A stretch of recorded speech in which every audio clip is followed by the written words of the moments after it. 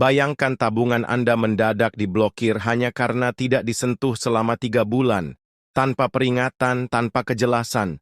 Tapi tunggu, apakah ini bentuk perlindungan atau justru ancaman?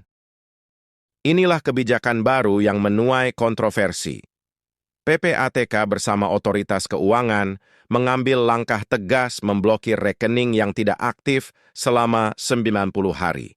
Di balik kebijakan ini, tersimpan agenda besar negara dalam memerangi kejahatan finansial.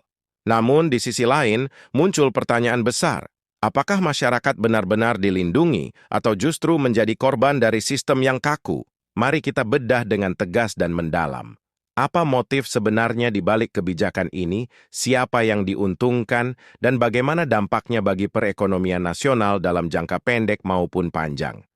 Namun sebelumnya jangan lupa follow akun ini bagi yang belum follow, silakan komentar bagi Anda yang mempunyai pendapat lain. Mari kita bahas. Kebijakan Pusat Pelaporan dan Analisis Transaksi Keuangan menginisiasi kebijakan pemblokiran terhadap rekening yang tidak aktif selama 3 bulan, terutama untuk mendukung upaya pemberantasan tindak pidana pencucian uang, pendanaan terorisme, dan aktivitas ilegal lainnya. Meski terdengar administratif, kebijakan ini menyasar akar dari praktik kriminal finansial, rekening mati suri yang kerap digunakan sebagai transit account untuk menyamarkan dana ilegal. Apa yang sebenarnya terjadi di balik kebijakan ini? Kebijakan ini bukan sekadar tentang rekening tidur, tetapi tentang perang terhadap kejahatan finansial yang semakin canggih. PPATK dan otoritas keuangan mendapati pola umum. Rekening yang tidak aktif dalam waktu tertentu digunakan sebagai sarana penampungan atau pelarian dana hasil kejahatan, baik skema penipuan digital, narkotika, hingga terorisme. Pemblokiran menjadi langkah preventif yang strategis, bukan hanya kuratif.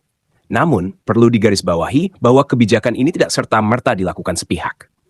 PPATK berkoordinasi dengan perbankan dan otoritas pengatur OJK, Bank Indonesia, untuk memastikan adanya klarifikasi, notifikasi, dan prosedur pemulihan dana bagi nasabah yang sah. Mengapa kebijakan ini diambil? 1. Menutup celah tindak kejahatan finansial.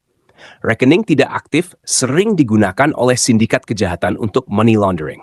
Kebijakan ini menutup celah itu dengan memaksa sistem keuangan menjadi lebih bersih. 2. Meningkatkan transparansi transaksi keuangan. Dengan mengurangi jumlah rekening tidak aktif yang tidak termonitor, regulator dapat mempersempit ruang gerak pelaku kriminal. 3. Menyesuaikan standar internasional. FATF, Financial Action Task Force, mendorong negara-negara untuk memperkuat pengawasan terhadap rekening bank yang mencurigakan atau tidak aktif dalam jangka waktu tertentu.